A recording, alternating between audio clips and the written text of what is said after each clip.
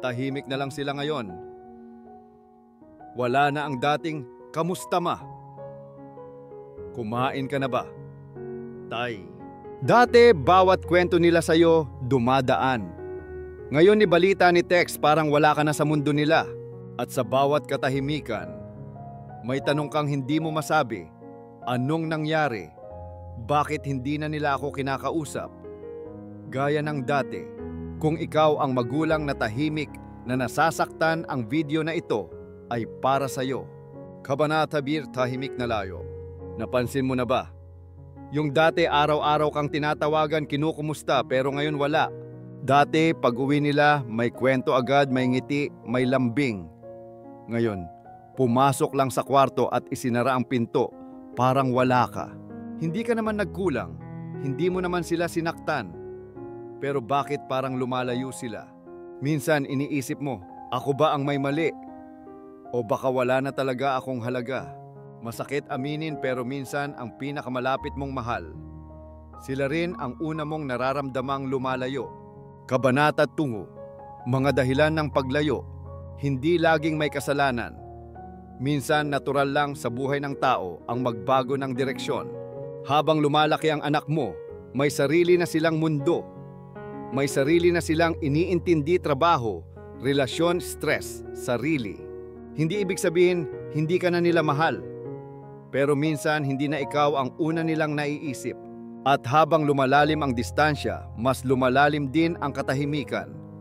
Kahit gusto mong itanong, anong nangyari sa tin? Natatakot kang baka hindi mo magustuhan ang sagot. Kabanata 2, ang hindi sinabing sumbat. Minsan kasi may mga nasabing salita noon na hindi mo akalaing nasaktan sila. Isang payo na akala mo'y pagmamahal, pero para sa kanila, pressure. Isang sermon na akala mo'y gabay, pero para sa kanila pagkokontrol. Hindi mo naman intensyon, pero ramdam nila. At dahil hindi nila masabi ng diretso, pinili na lang nilang manahimik. Hindi dahil ayaw nilang makipag-usap, kundi dahil pagod na silang magpaliwanag. Kabanata 4, ang tahimik mong sugat. Sa bawat araw na lumilipas, na wala silang mensahe, parang unti-unting nabubura ang koneksyon. Parang gusto mong bumawi, gusto mong itama ang mali, kung may mali man. Pero hindi mo alam kung paano magsisimula. Tinitiis mo ang sakit kasi ayaw mong ipilit. Tahimik ka pero sa loob mo naguguluhan ka. Bakit bigla na lang ganito?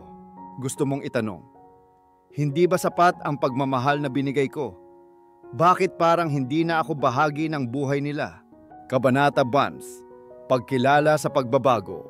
Ang totoo, hindi lang sila ang nagbago. Pati ikaw unti-unti ring nagbago kahit hindi mo agad napansin. Noong bata pa sila, ikaw ang mundo nila. Ngayon ikaw na ang nasa gilid ng eksena. Hindi ito mali, hindi rin ito kasalanan. Ito ay bahagi ng paglaki para sa kanila at para sa iyo. Ang sakit ay hindi galing sa pagkawala ng pagmamahal. Ang sakit ay galing sa pagkawala ng dating koneksyon na kinagisnan mo. Kaya dapat mong kilalanin, hindi mo kontrolado ang pagbabagong ito. Pero may kapangyarihan ka pa ring magsimula muli sa bagong paraan. Kabanata 4, pagsisimula muli. Ang unang hakbang ay hindi laging pagtawag o pagtatanong. Minsan ito ay simpleng pag-unawa at pagtanggap. Magpadala ng mensahe hindi para sisihin, kundi para kumustahin. Isang simpleng, "Kamusta ka na anak?" ay mas makapangyarihan kaysa sermon. Huwag mong hintayin na sila ang mauna. Kung talagang nais mong muling kumonekta, ikaw na ang tumawid ng tulay. Pero tandaan, gawin mo ito nang walang panunumbat. Hindi ito laban ng damdamin, ito'y imbitasyon ng puso. Kapag nakita nilang ikaw ay bukas at hindi mapanghusga, mas magiging madali para sa kanila ang bumalik sa iyo.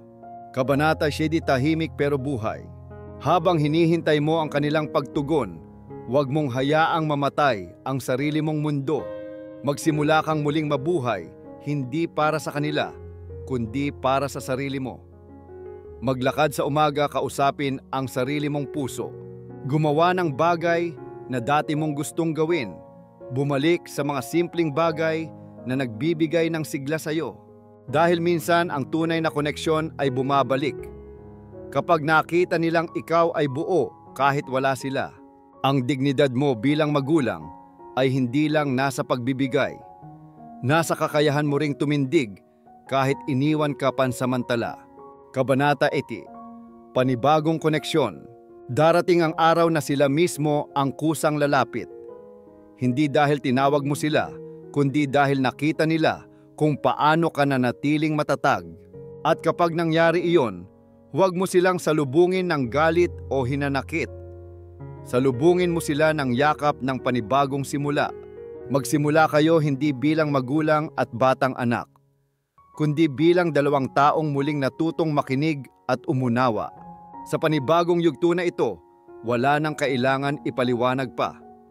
Dahil minsan ang puso ay nakikinig sa mga tahimik na mensahe at doon mararamdaman mong bumalik na sila, hindi lang sa bahay mo, kundi sa puso mo. Pangwakas na mensahe, hindi mo kailangan ipilit ang koneksyon. Ang mahalaga, ipinakita mong handa kang maghintay ng may dignidad at pagmamahal. Dahil ang tunay na ugnayan, kahit naputol minsan, kayang buuin muli basta pareho kayong handang bumalik, hindi sa nakaraan, kundi sa bago ninyong simula.